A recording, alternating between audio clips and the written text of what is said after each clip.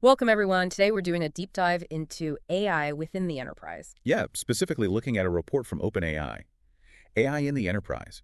Lessons from 7 frontier companies. Exactly. And this isn't really an intro guide. Our goal here is to pull out the practical strategies, the key lessons, especially for, well, an expert audience, people who are already dealing with AI integration in complex organizations. Right, because the report really highlights this fundamental shift you need.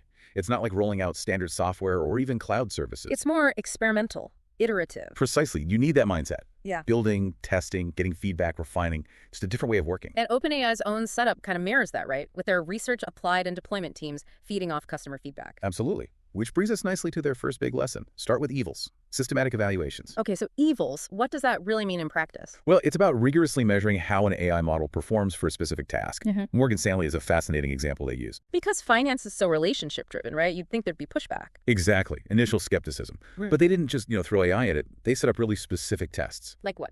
Their first 3 were key.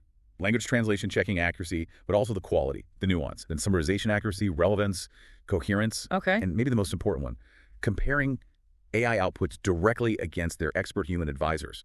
How did it stack up? That's smart. So defining clear, measurable benchmarks, not just asking, is it good? That's the core idea. And the results at Morgan Stanley were pretty compelling. I saw the number, something like 98% of advisors using OpenAI tools daily now. Yeah, and document access jumping from 20% to 80%. Yeah. Less time searching, more time, theoretically, on client relationships.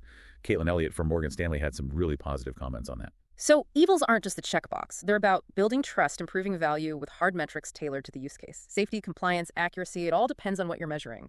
Exactly. And once you got that validation from the evils, the next step they highlight is actually embedding the AI into your products. Making it part of the core offering, not just an internal tool. Right. Automating routine stuff, freeing up people, but also creating, more personalized customer experiences, processing all that data. Indeed comes up here, doesn't it? Using GPT-4o Mini for job matching. Yeah. And what's interesting is how they use it. Not just showing jobs, but explaining why a job is a good match. Those why statements in emails and messages. Providing context, like their invite to apply feature. That's a prime example. The AI explains the fit. And look at the uplift. 20% jump in applications.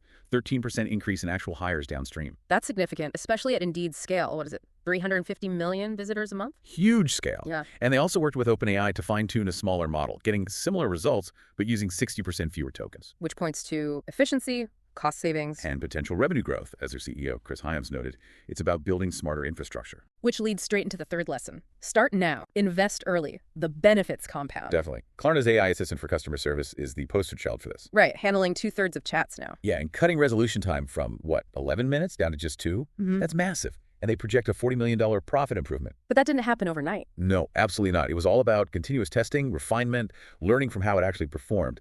That compounding effect takes time and iteration. And it's spread through Klarna too, right? 90% of employees using AI daily now. Faster internal work, better customer experiences. Their CEO, Sebastian Siemiatkowski, summed it up.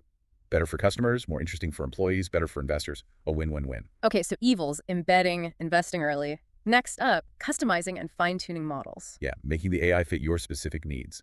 Lowe's is the example here, tackling e-commerce search. The classic problem of messy product data. People searching in weird ways. Exactly. Incomplete descriptions, inconsistent tagging. Finding the right product can be tough. So Lowe's fine-tuned OpenAI models. They did. And saw a 20% improvement in product tagging accuracy, plus a 60% reduction in error detection. That directly helps shoppers find stuff. Their senior director, Nishant Gupta, was apparently really excited about it. So fine-tuning is like taking a standard model and tailoring it with your own data. That's a good analogy. Like getting a suit tailored, Yeah. You make it fit perfectly, it improves accuracy, teaches you your specific domain language, ensures a consistent tone, and gets you better results faster. And now there's vision fine-tuning too, for images. Right. Huge potential there for e-commerce search, medical imaging, autonomous driving, anywhere visual data is key. Makes sense. Okay, lesson 5. Get AI into the hands of your experts. This is a big one. The people actually doing the work often know best where AI can help. So empower them directly. BBVA did this. Yeah, they rolled out ChatGPT Enterprise globally, gave employees access, but crucially, worked closely with legal, compliance, IT security. Governance is still key. And the results. Employees just started building their own solutions. Elena Alfaro at BBVA mentioned how easy it was for people to create custom GPTs for specific problems without needing deep coding skills. How many did they build? Over 2,900 custom GPTs in just 5 months, saving huge amounts of time. Wow. Any specific examples? Yeah. Credit risk used it for faster creditworthiness checks. Legal, for answering policy questions like $40,000 a year. Customer service, automating sentiment analysis on surveys. So it spreads organically once the experts get hold of it? Pretty much. Marketing, risk management, operations, they all benefited. And that deep research feature, pulling together info from lots of sources, apparently saved users about 4 hours per complex task. Okay, empowering experts. Lesson 6 feels related. Unblock your developers. Yeah, dev resources are almost always a bottleneck, right? Slows down innovation. So how does AI help there? Mercado Libre is the case study. They built a platform called Verdi with OpenAI using GPT-4o and the mini version. A platform for their developers, all 17,000 of them. Exactly. It integrates language models, Python, APIs, but uses natural language as the main interface. So developers can build AI apps faster, more consistently, without getting bogged down in super complex code manipulation for every little thing. Lowering the barrier to entry for building AI features. Right.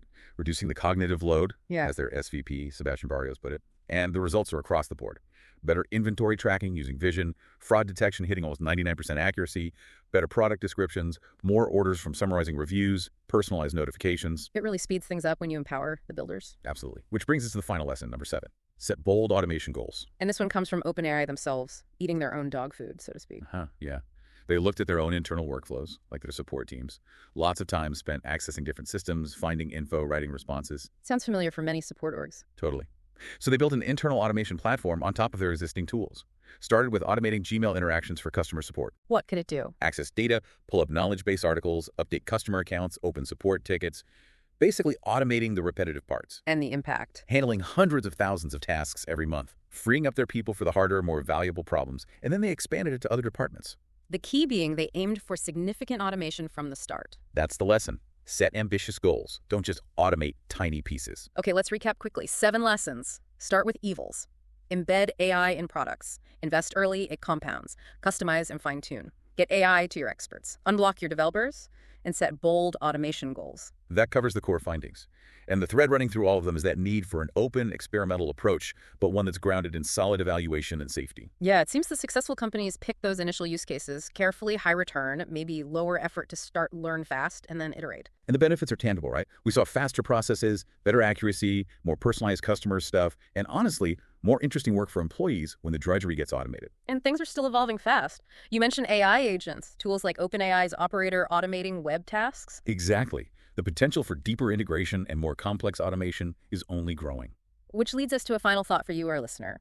Thinking about these lessons and the rise of more capable AI agents and automation platforms, what are the really fundamental shifts we need to anticipate in, say, enterprise architecture, or even in how humans and machines collaborate effectively in the future? That's the big question, isn't it? How does this change the very structure of how businesses operate? Something to definitely keep exploring in your own contexts. Thanks for tuning into this deep dive.